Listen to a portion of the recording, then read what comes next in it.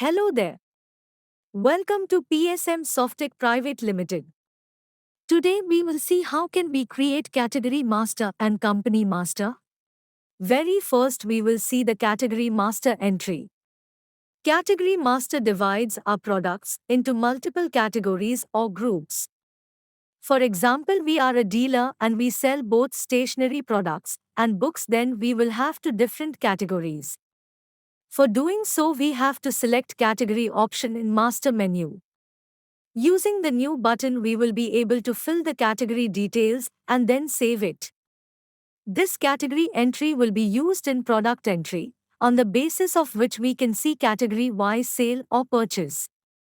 Similar to that, we will enter company entry in master menu. By clicking on new button, we can fill the details of the company. In this entry, we can also enter the brand name of the product in the same form.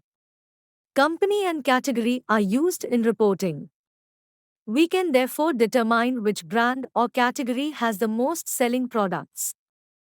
Thank you.